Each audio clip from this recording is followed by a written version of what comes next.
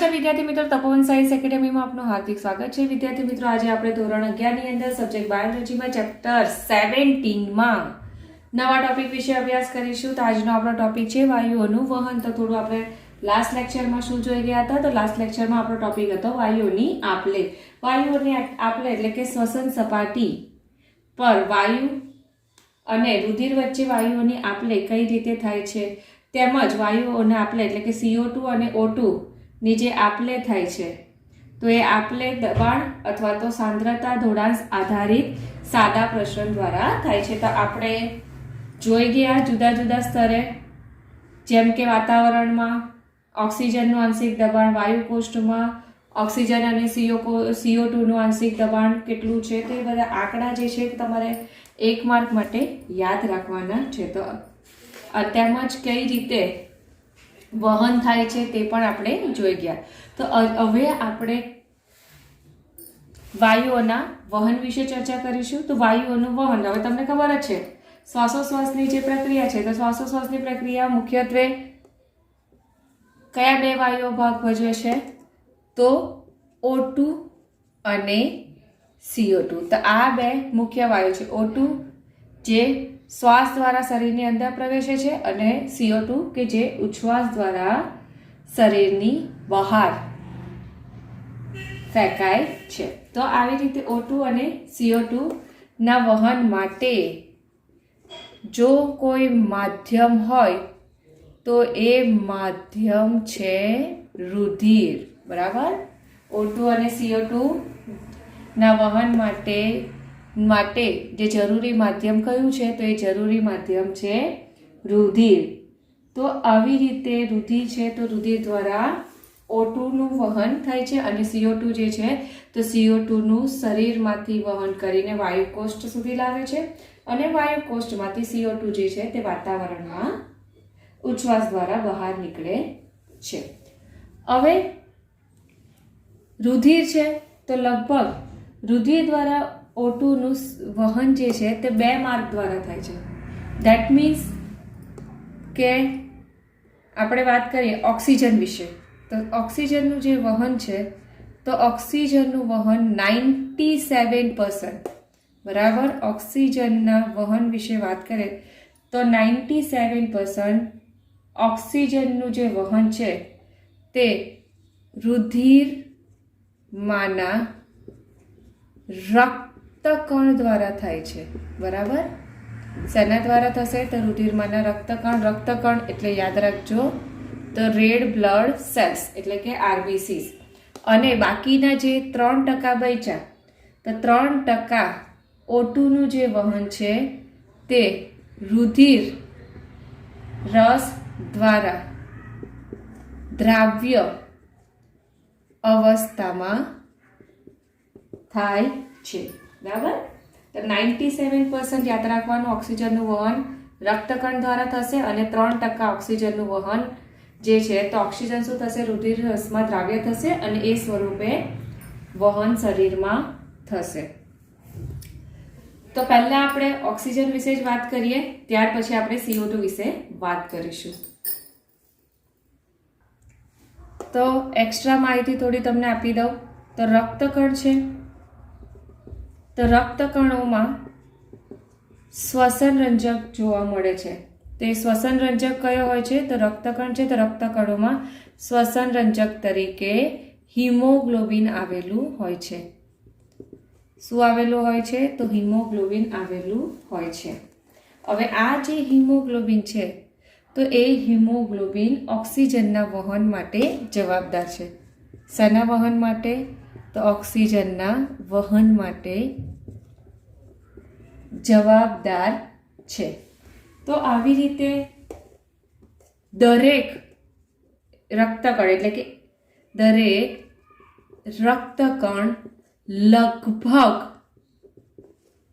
1 અબજ ઓક્સિજનના અણુઓનું વહન કરે છે। હવે આપણે વાત કરીએ તો હિમોગ્લોબિનની વાત કરીએ તો હિમોગ્લોબિનની જે રચના છે તો હિમોગ્લોબિનની રચનામાં અહીંયા તમને હિમોગ્લોબિન લખવું એટલે વધારે ખ્યાલ આવશે। હિમોગ્લોબિન છે તો હિમોગ્લોબિનની રચનામાં પ્રોટીન આવેલું હોય છે અને આર્યન આવેલું હોય છે. તો પ્રોટીન તરીકે ગ્લોબિન પ્રોટીન આવેલું હોય છે અને એની રચનામાં Fe+2 આર્યન આવેલું છે. અને Fe+2 આર્યનના આવી રીતે 4 અણુઓ એની રચનામાં ગોઠવાયેલા હોય છે. કેટલા? તો Fe+2ના આવી રીતે 4 અણુઓ આવેલા છે. તો હવે આ જે હિમોગ્લોબિન છે તો હિમોગ્લોબિનમાં આવી રીતે જે 4 Fe+2 આવેલા છે તો દરેક Fe+2 માં ઓક્સિજન માટે જોડાણ સ્થાન આવેલું હોય છે. દરેક આ Fe+2 એક ઓક્સિજન સાથે જોડાશે, આ Fe+2 બીજા ઓક્સિજન સાથે જોડાશે, આ ત્રીજા અને ચોથા. તો એમ એક હિમોગ્લોબિનનો જે અણુ છે તો એની સાથે કેટલા ઓક્સિજનના અણુ જોડાય છે?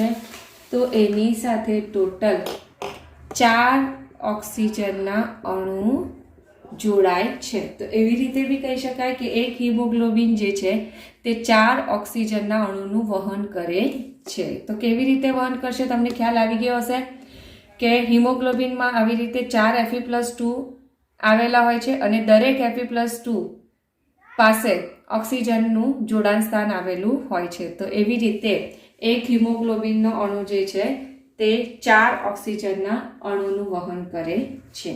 હવે આગળ બીજી વાત કરીએ તો લગભગ 1 ગ્રામ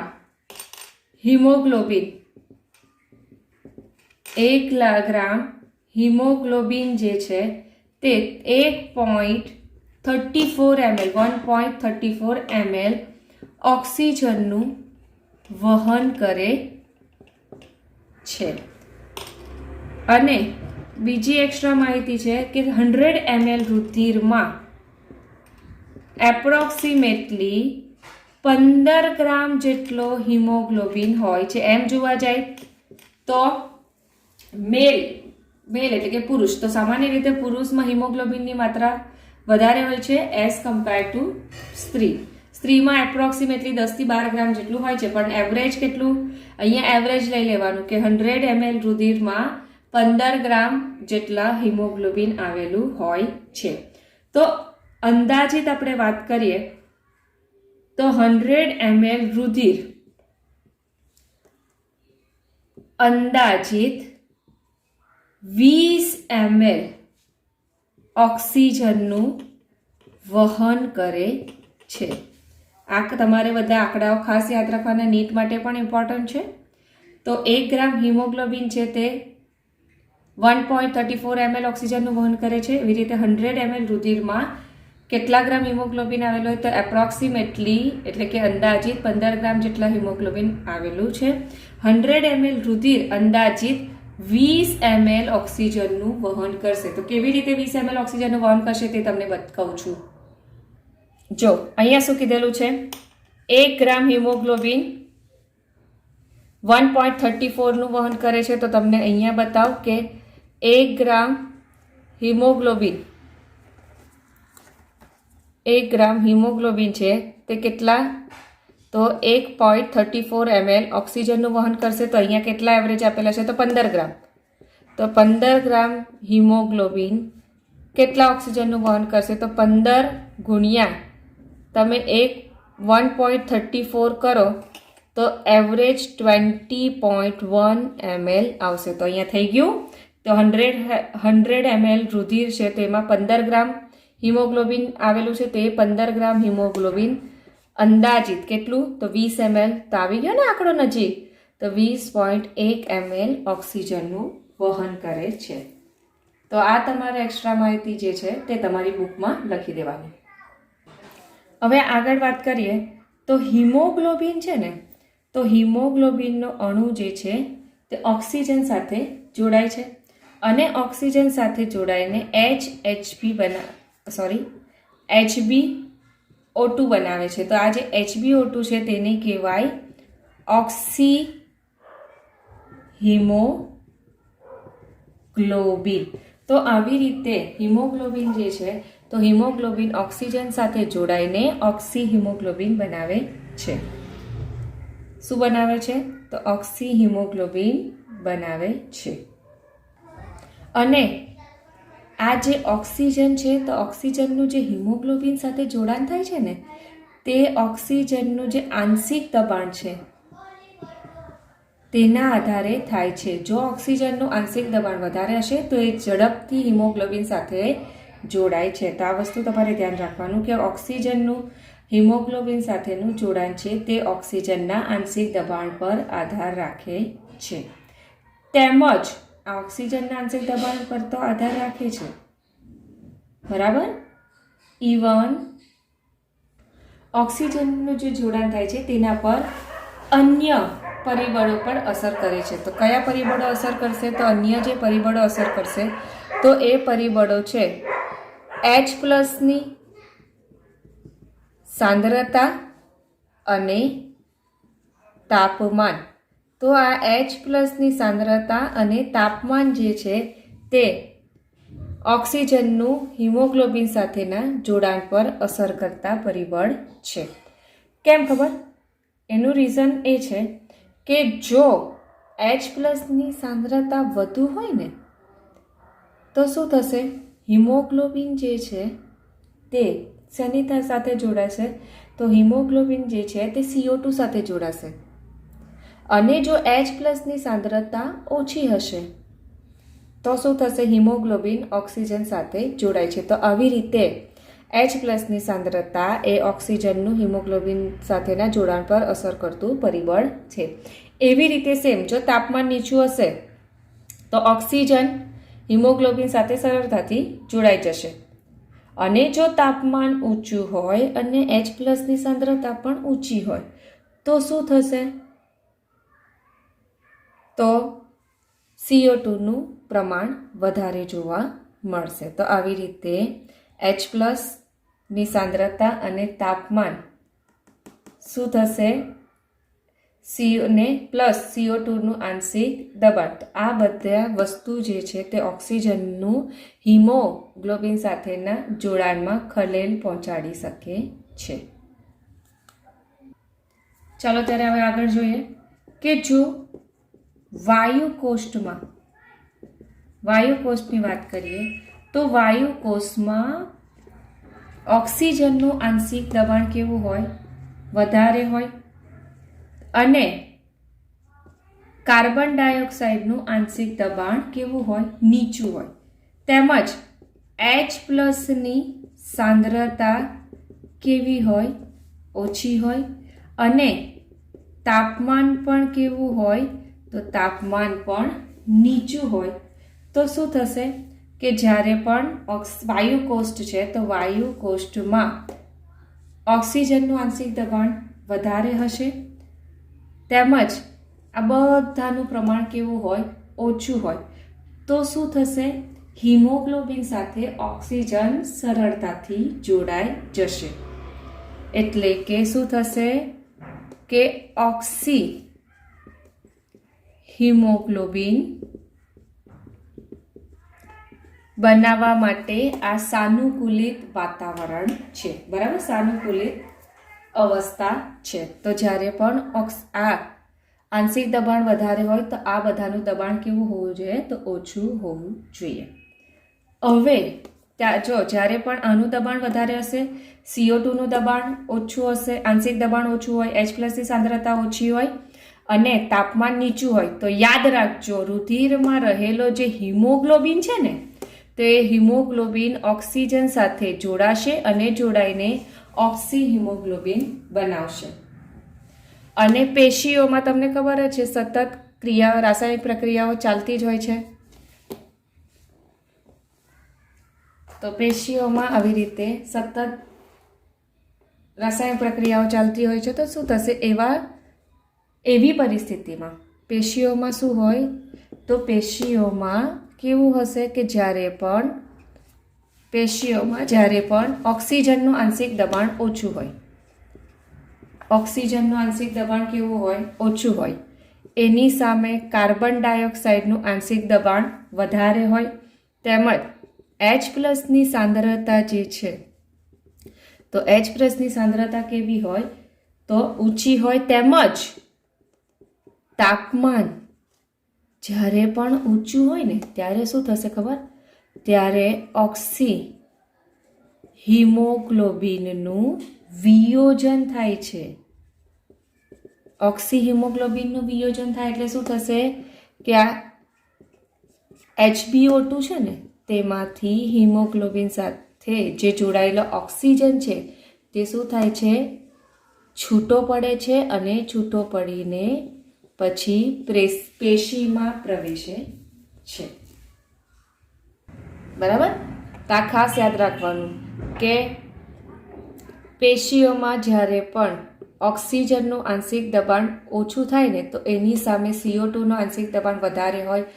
H+ની સાંદ્રતા વધારે હોય. તેમજ તાપમાન જ્યારે પણ ઊંચું હોય તો ત્યારે ઓક્સી હિમોગ્લોબિનમાંથી શું થશે? ઓક્સિજન છૂટો પડે છે. અથવા તો એવી રીતે યાદ રાખો, ઓક્સી હિમોગ્લોબિનનું વિયોજન થાય છે અને વિયોજન થઈને એમાંથી ઓક્સિજન છૂટો પડે છે. તો આવી રીતે વાયુઓનું વહન થાય છે કે વાયુ કોષમાં આપણે શ્વાસની પ્રક્રિયા કરીએ છીએ, પરિણામે શું થશે? ત્યારે ઓક્સિજનનું આંશિક દબાણ સ્વાભાવિક છે વાયુ કોષમાં CO2ની કમ્પેરમાં વધારે જ હોય છે. વધારે હોય આંશિક દબાણ O2નું, તેના પરિણામ સ્વરૂપ જ રુધિરમાં રહેલો જે હિમોગ્લોબિન છે તે ઓક્સિજન સાથે જોડાય છે અને જોડાઈને ઓક્સી હિમોગ્લોબિનમાં ફેરવાય છે. અને એ ઓક્સી હિમોગ્લોબિન ક્યાં પહોંચશે? પેશી સુધી. તો પેશીમાં ત્યારે કેવી સ્થિતિ હશે? તો ઓક્સિજનનું પ્રમાણ, આંશિક દબાણ ઓછું હશે, CO2નું વધારે હશે, H+નું વધારે હશે અને તાપમાન વધારે હશે. તો શું થશે? આ HbO2 છૂટા પડે, Hb અને O2 છૂટા પડે એટલે O2 જે છે તે ક્યાં જશે? પેશીમાં પ્રવેશે અને CO2 જે છે તે ક્યાં આવશે? તો રુધિરમાં આવશે. તો આવી રીતે વાયુઓનું વહન વાયુ કોષથી લઈને પેશીમાં થાય છે. આવી રીતે ઓક્સિજન જે છે તે ઓક્સિજન હિમોગ્લોબિન સાથે ક્યાં જોડાશે? તો ફેફસાની સપાટી એટલે કે વાયુ કોષ્ઠની જે શ્વસન સપાટી છે તો શ્વસન સપાટીએ જોડાય છે. બરાબર? અને શું થશે? આનું દબાણ વાયુ કોષમાં વધારે છે એટલે જોડાય છે. અને પેશીઓમાં શું થાય? પેશીઓમાં ઓક્સિજનનું આંશિક દબાણ ઓછું હોય. પરિણામ સ્વરૂપ શું થશે? તો એનું વિયોજન પામે છે. તો આવી રીતે હવે તમે ખાસ સમજજો કે આમ સામાન્ય દેહધાર્મિક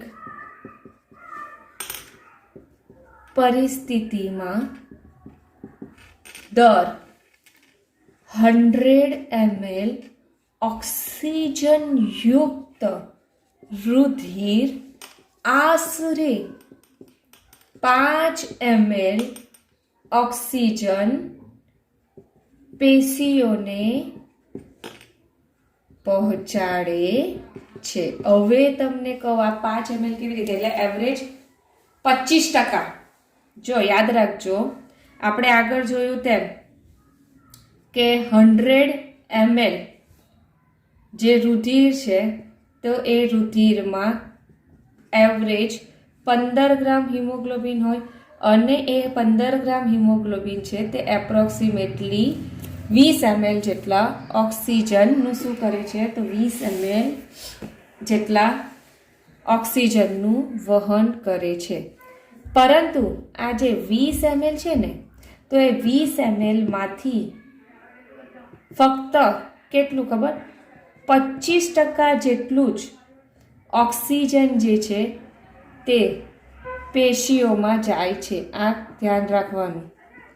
બરાબર? આ 20 ml છે તો 20 ml માંથી 25% જેટલું જ ઓક્સિજન જે છે તે પેશીઓમાં જાય છે. બરાબર?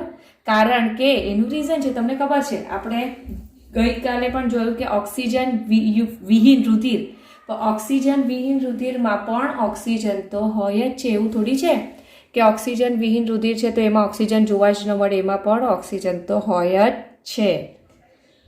તો ઓક્સિજનનું પ્રમાણ શરીરમાં વ્યવસ્થિત જળવાઈ રહે પરિણામ સ્વરૂપ શું થાય છે કે આવી રીતે 100 ml જે રુધિર છે તો 100 ml જે ઓક્સિજનયુક્ત રુધિર છે તે આશરે કેટલું 5 ml એટલે કે 20 ml ના 25% એટલે કેટલા થાય તો 5 ml થાય ને. તો 5 ml જેટલું ઓક્સિજન છે તે પેશીઓને પહોંચાડે છે. તો આવી રીતે 20 ml છે તો 20 ml માંથી એક ચક્ર દરમિયાન બરાબર એક ચક્રમાં ઓક્સિજન યાદ રાખજો એક ચક્રમાં ઓક્સિજન જે છે તે 25% જેટલો પેશીઓમાં જાય છે. તો હવે તમને એમ થશે આ એક ચક્ર એટલે શું?